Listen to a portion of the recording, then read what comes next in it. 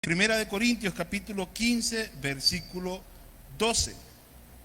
Primera carta de San Pablo a los Corintios capítulo 15, versículo 12. Cuando lo tenga, póngase de pie y la leemos con todo respeto en el nombre del Padre, en el nombre del Hijo y en el nombre del Espíritu Santo. Amén.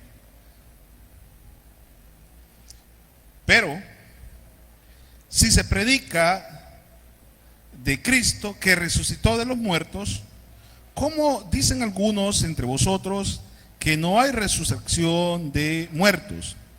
Porque si no hay resurrección de muertos, tampoco Cristo resucitó. Y si Cristo no resucitó, vana es entonces nuestra predicación, vana es entonces vuestra fe. Y si somos hallados falsos testigos de Dios, porque hemos testificado de Dios que Él resucitó a Cristo, al cual no resucitó, si en verdad los muertos no resucitan.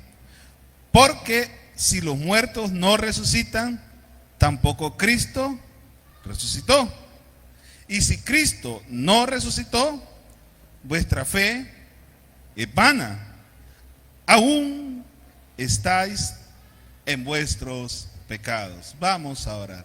Señor, te damos gracias, Padre Santo, por todas las bendiciones que das a nuestra vida, todas las cosas que nos das, mi Señor, papito lindo. Te pedimos que nos hables al corazón, mi Señor.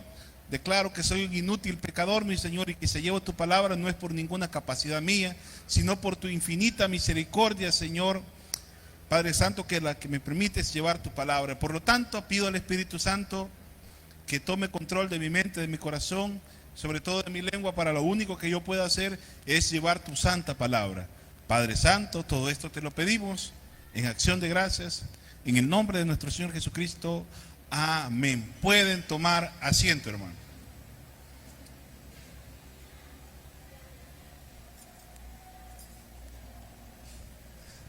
Esta despota, llaves, pero corriendo. Las mujeres son mandonas ahora usted. Qué barbaridad, desde chiquita. Imagínese cuando esté grande cómo me va a llevar. Dios mío, me da duro la mamá, me va a dar duro ella también. Aprendan cipote, no se casen temprano que desde cipote les van a dar duro. Así que agárrenla al suave, agárrenla al suave. Bien, después de este breve chascarrillo, hermano, estaba leyendo la semana pasada y lo puede buscar en la página de Facebook del diario de hoy, de la prensa gráfica. Sacaron una noticia. En la India, la mayoría de personas considera como deidad a las vacas. No comen hamburguesas, fíjense, no comen carne asada. Los hindúes solo comen vegetales. Y salía en la noticia, ¿quiénes vieron esa noticia? Que miles de vacas están muriendo de hambre porque no tienen dueño. Las vacas son dioses, nadie las atropella, nadie les comen los cultivos. A lo mucho, vaquitas, salite, porque la vaca es sagrada. Pero eso que ellos consideran Dios se muere de hambre. Bueno, ellos dicen no es Dios, es divinidad, un concepto, la verdad que siempre es idolatría, porque consideran que la vaca es la imagen de un Dios que ellos tienen. Entonces viene y uno se dice aquí, viene la pregunta: si ellos creen fervientemente que ese es su Dios y que ese Dios tiene poder, entonces viene la pregunta: ¿y por qué es que el cristianismo es la verdad? ¿Por qué es que yo creo en la palabra de Dios? Como un devoto lector, cuando yo era estudiante siempre tenía un montón de dudas respecto de la Biblia. Yo decía, ¿y cómo es posible que esa palabra que se fue pasando de generación en generación?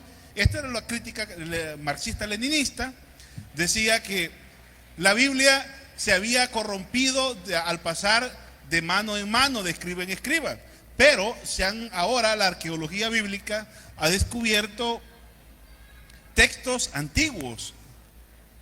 Y en esos textos antiguos, que son pedazos de papel de pergamino, de cuero de cabra, de cuero de oveja, que ahí escribían los antiguos antes, han descubierto la misma escritura, partes de la misma escritura, y es exactamente lo que nosotros tenemos en nuestro tiempo, es lo mismo que ellos leían en su tiempo. Entonces, brevemente les digo que yo me pude convencer científicamente de la veracidad de las escrituras. Pero una cosa es saber que un documento es auténtico, que un documento tiene valor, a otra cosa que ese documento tenga poder. ¿Por qué digo esto? Porque usted le puede mandar una carta a su novia y usted le puede prometer como, bueno, ahora no voy a hablar de carta, voy a hablar de un WhatsAppazo, ¿verdad? De un WhatsApp, porque hoy nadie, yo creo que ¿quién ha escrito una carta últimamente? Las cartas ya no se copan, ¿verdad? Así que no vamos a hablar de cartas, vamos a hablar de un mensaje de WhatsApp. El novio le baja el cielo, las estrellas, las nubes y le da todo a la novia, pero nada le cumple.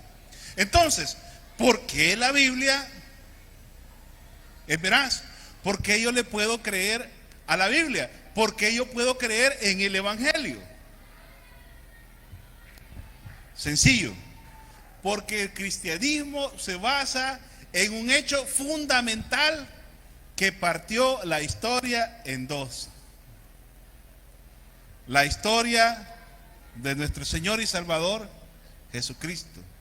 En todo el mundo el tiempo lo parten en dos. Los ateos dicen antes de la era común, porque no quieren hablar de cristianismo. No, antes de la era común, ¿verdad? Se refieren siempre a Cristo. Entonces, ellos hablan antes de la era común y después de la era común. Nosotros hablamos antes de Cristo y después de Cristo. Ahora bien, entonces, ese cristianismo, esa fe que yo tengo y que ustedes tienen, está basada en ese hombre, que no solo era un hombre, sino que era la encarnación de Dios, y el verbo era Dios y habitó entre nosotros, dice Juan 1:1. Entonces, ese hombre hizo algo que nadie ha hecho jamás en la historia: vencer a la muerte.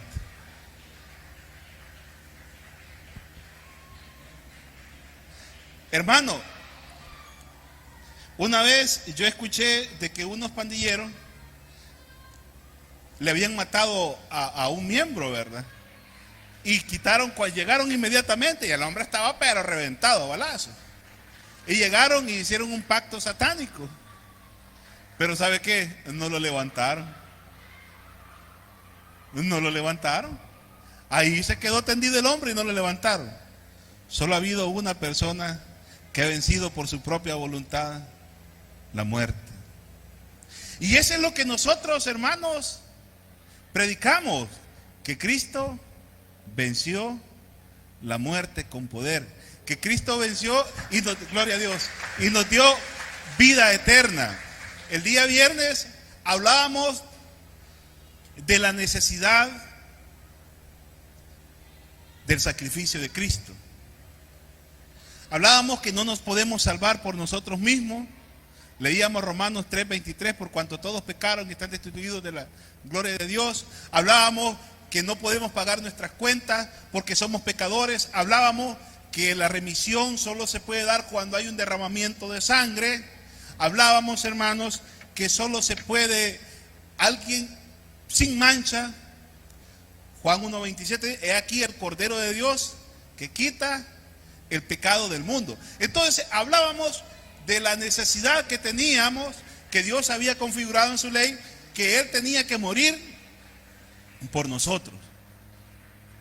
Ahora vamos a hablar de los resultados y beneficios que los hijos de Dios obtenemos con la muerte de Cristo. Son muchos, y dado el tiempo vamos a analizar algunos. Ahora bien, vamos, hermanos, y por favor leamos el primer texto bíblico de apoyo, Hechos capítulo 5, versículo 31. Hechos 5:31. Atrasito de Corintios, deje su Biblia, una ceñita ahí en Corintios, porque vamos a estar pivotando en varios versículos, pero tenga siempre ahí, por favor, Corintios a la mano para volver. Hechos 5:31.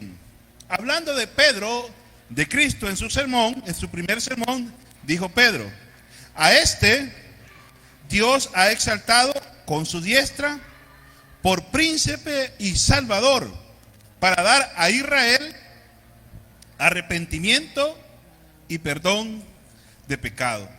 Hermano, sin la muerte de Cristo jamás hubiéramos podido llegar a un verdadero arrepentimiento. Lo único que podríamos llegar en la carne es al remordimiento. ¿Qué es remordimiento? Hay una canción mundana de un grupo muy viejo que se llama ABBA, que tiene una canción que se llama Mamma Mía, que la muchacha dice aquí: mamá, ¿y por qué vuelvo a caer con el mismo? Me hizo pedazos, pero vuelvo a otra vez con el mismo hombre que me trata mal, que me traiciona, que me pega, pero yo vuelvo con él. Se arrepiente, pero vuelve con él. Y en lenguaje cristiano eso sería un remordimiento.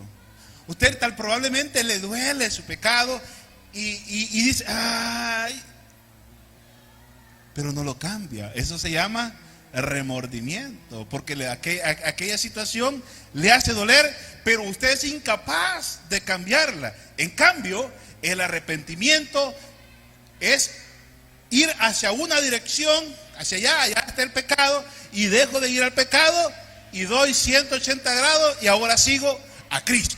Entonces, por la muerte de Cristo, nosotros en primer lugar podemos lograr el arrepentimiento. Esto es ser conocedores que somos pecadores.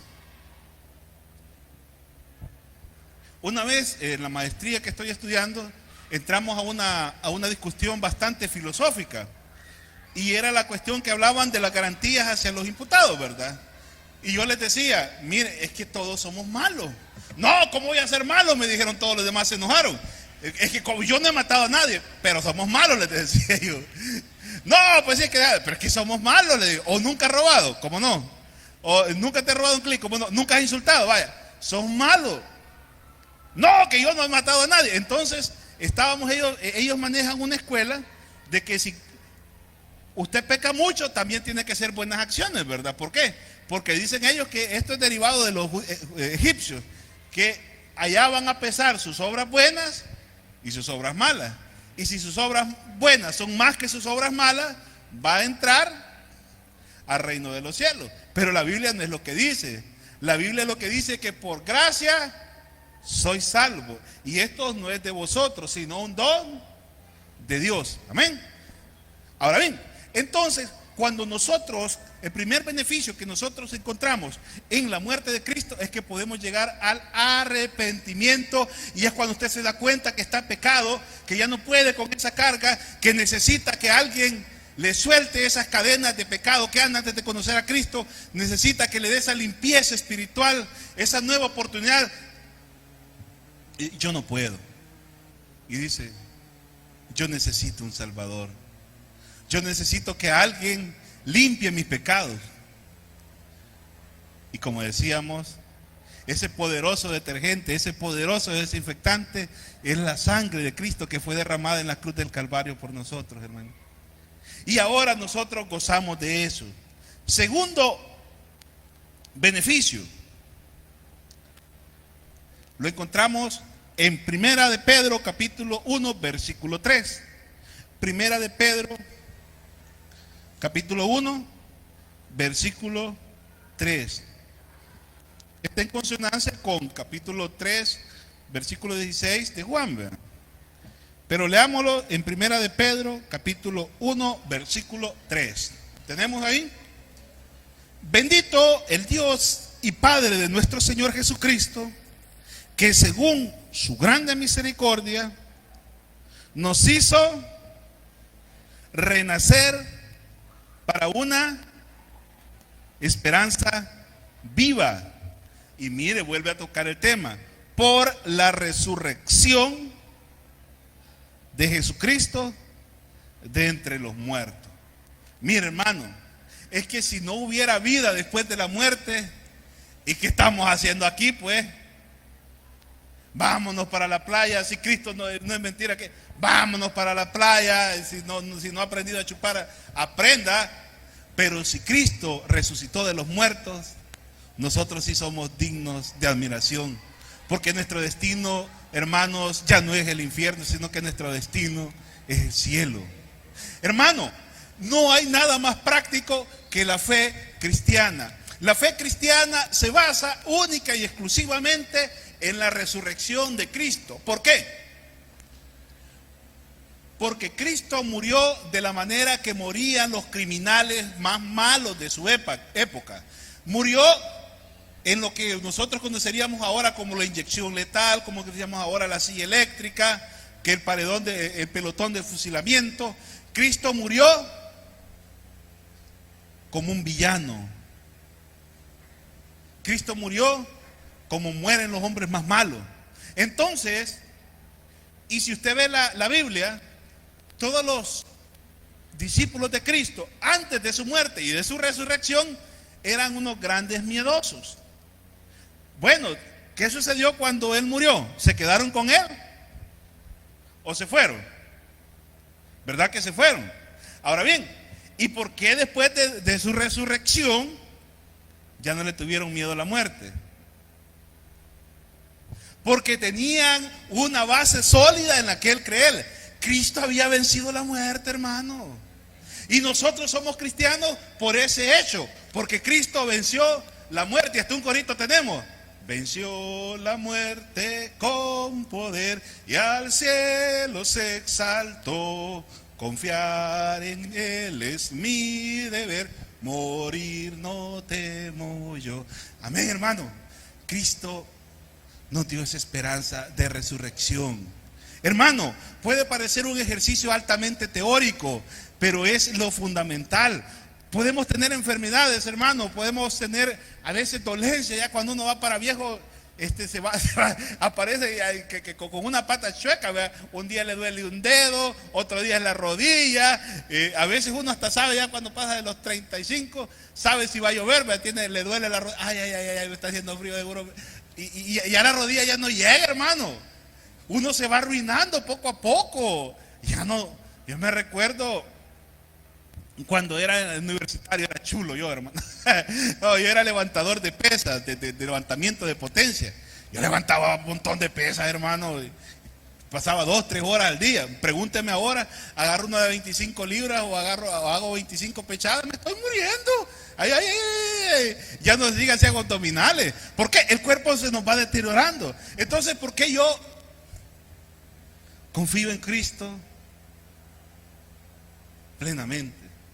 Y vuelvo al mismo eje central, porque Cristo venció la muerte. Ahora bien, otro beneficio, hermano, que antes no se tenía, está en Primera de Corintios. Vuelva a Corintios, capítulo 6, versículo 19. Primera carta del apóstol Pablo a los Corintios, capítulo 6, versículo 19. Antes, usted puede ver con el ejemplo de Sansón, que el Espíritu Santo venía, imbuía de poder y al instante se iba. Pero desde la muerte y resurrección de nuestro Señor Jesucristo se da un fenómeno que es exclusivo de los cristianos. ¿Cuál es ese fenómeno? Ya lo tenemos ahí, 1 Corintios 6, 19. ¿Ven? ¿O ignoráis que vuestro cuerpo, miren, ¿quién, hermano? No es el pastor, es cada uno de los cristianos. Vuestro cuerpo, ¿qué es, hermanos? Es templo del Espíritu Santo, el cual está en vosotros, el cual tenéis de Dios, y que no sois vuestros, sino de Dios. Eso lo añadió ahí.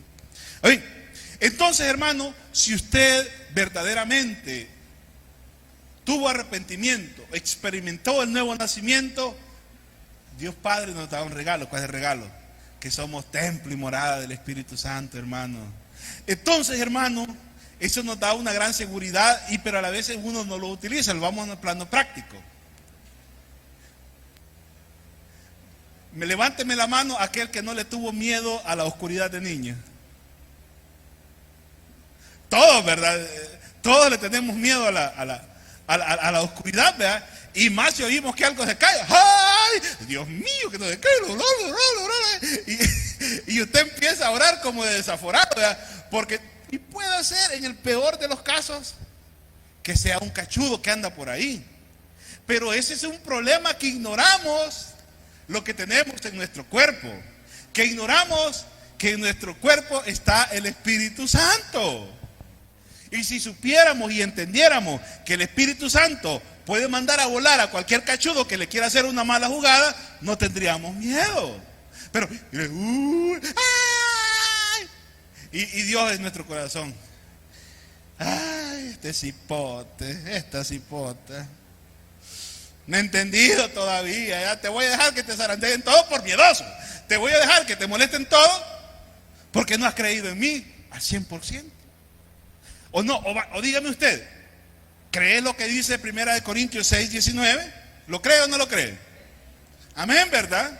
Amén. Pero ¿y si se ve que un ropero se cae? Si ve una media sombra, ya está.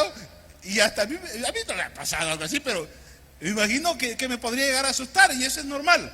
Pero ¿por qué nos asustamos? Precisamente porque no hemos dimensionado ese regalo que Dios nos ha dado, ese poder que Dios nos ha dado. Ya la vez pasada dimos el testimonio con mi esposa de cómo nuestro Señor hizo desaparecer 2 hernias que estaban ahí en la radiografía, ahí aparecían, pero muchas veces por el trabajo del día a día, por rutinario, olvidamos el poder que tiene Dios, y que ese beneficio está dado desde la resurrección de nuestro Señor. Ahora bien, otro beneficio que tenemos, hermano, antes la adoración a Dios era general.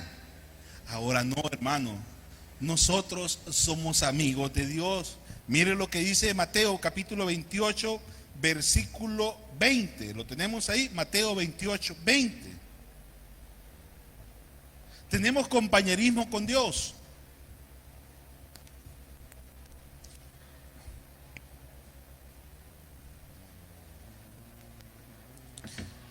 Enseñándoles que guarden todas las cosas que os he mandado. Y aquí, yo estoy con vosotros todos los días hasta el fin del mundo. Miren, fíjense que hay algunas canciones que son unas alabanzas que son bien bonitas, pero que ahora se ha dado un fenómeno de que las canciones teológicamente no son correctas. Y se escuchan unos grandes acordes, pero qué hermosos aquellos acordes, que a mí me encantan, pero hablan, Espíritu Santo desciende, y si el Espíritu Santo ya está en nuestros corazones, ¿cómo va a descender? Sí, ya está. ¿Sí o no? ¿Se oye bonito? Sí, pero teológicamente no es correcta. ¿Por qué? Porque el Espíritu Santo está en nuestros corazones. El poder de Dios ya lo tenemos. O sea, y entonces, no, miren, muchos cristianos no estudian, muchos cristianos, y mucho menos de la Biblia. Y por eso es que sacan muchas, y así usted puede ver un montón de alabanzas modernas que teológicamente no dicen nada, no enseñan, solo algunas un poquito, pero la mayoría solo son puro ritmo, no dan una. Por ejemplo, Marco Witt, antes, cuando era cristiano, Marco Witt decía, Dios de pactos.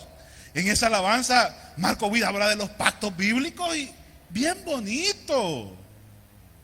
Pero ¿y ahora? Creo que hasta reggaetón cristiano hay. Ahora bien, entonces, hermano, nos damos cuenta de que nuestro Señor está a nuestros lados. Y Él es omnipotente, hermano, es el omnipresente, Él es omnisciente, Él sabe lo que pensamos, Él sabe lo que necesitamos, pero Él quiere que nosotros lo expresemos. Y se nos olvida que nosotros tenemos ese compañerismo. Y todos estos beneficios, ¿de dónde vienen, hermano? De la resurrección de Cristo. Ahora bien, hermano, como fe, como religión, nosotros somos criticados. Nosotros decimos que no somos una religión, que somos una fe, pero el mundo nos cataloga como una religión. Ahora bien, hermano, ¿qué pasaría? Repito otra vez, ¿qué pasaría si Cristo no se hubiera levantado de la tumba, hermano? Que dijeran, miren los cristianos, ve, creen en un muerto que les dijo que se iba a levantar de la tumba y no se levantó. Pobrecitos los cristianos, ¿verdad? Como algo así como cuando usted conoce a alguien que adora una vaca, ¿verdad? Y este adora una vaca, y esa vaca, yo, un gran filete es el que veo ahí. Una costilla asada es lo más que puedo ver en una vaca, no una deidad. Pobrecitos de ellos. Pero, hermano, nosotros no tenemos esa clase de fe. Mire lo que ahora volvamos a Corintios, por favor. Primera de Corintios 15:12. En aquel tiempo, en la iglesia de Corintios, se estaba dando un fenómeno de que algunos decían de que no había resurrección de los muertos. Entonces Pablo, esta carta a los Corintios se le llama una carta correctiva. ¿Por qué? Porque los corintios tenían un montón de dificultades, un montón de malos entendimientos y un montón de doctrinas erróneas. Entonces Pablo les escribe para enderezarlos. Ahora bien, una de ellas era que algunos decían que no había resurrección de muertos. Entonces Pablo les escribe para hacerles constar cuál era la verdad de acuerdo a la palabra de Dios. Y mire lo que dice 1 Corintios 15:12. Pero si se predica de que Cristo resucitó de los muertos, eso es lo que predicamos, ¿verdad? ¿Cómo de algunos entre vosotros dicen que no hay resurrección de muertos? Porque si no hay resurrección de muertos, tampoco Cristo resucitó. Hermano, usted puede ver ahí el caso de Pedro. Pedro viene y el Pedro fue el más valiente, ¿verdad? Mire, yo una vez vi una pelea con machete y eso es feo, hermano, ver cómo salen, son como, ¿me entiende la palabra pitos de sangre? Es horrible, eso que estén macheteando es horrible, hermano. Viene Pedro y todo violento, le pega un machetazo a ver cómo fue y le voló la oreja a un hombre, ¿verdad? Vino nuestro Señor como que le puso un poquito de pegamento y la volvió a pegar, ¿verdad? Solo eso era un milagro, hermano. Holyfield hubiera querido que le hicieran eso. El que mordió le arrancó la oreja a Tyson. Lo pegó. ¿Y qué hizo Pedro? Salió huyendo. Un par de meses más tarde, Pedro estaba públicamente en el templo enseñando de la resurrección de Cristo. Vienen los sacerdotes de aquella época y le dicen: Pedro, ¿y vos por qué estás enseñando de que Cristo ha resucitado? No te lo vamos a permitir. ¿Y qué dice Pedro? Se lo voy a poner en buen salvadoreño. Mirá, estos ojos que te lo van a comer vieron al Cristo resucitado. Y si me eligen, poniéndolo en buen salvadoreño, entre predicar del evangelio y morir, yo no me rajo, porque yo vi a Cristo resucitado, porque yo vi a Cristo que se levantó de los muertos con poder. Hermano,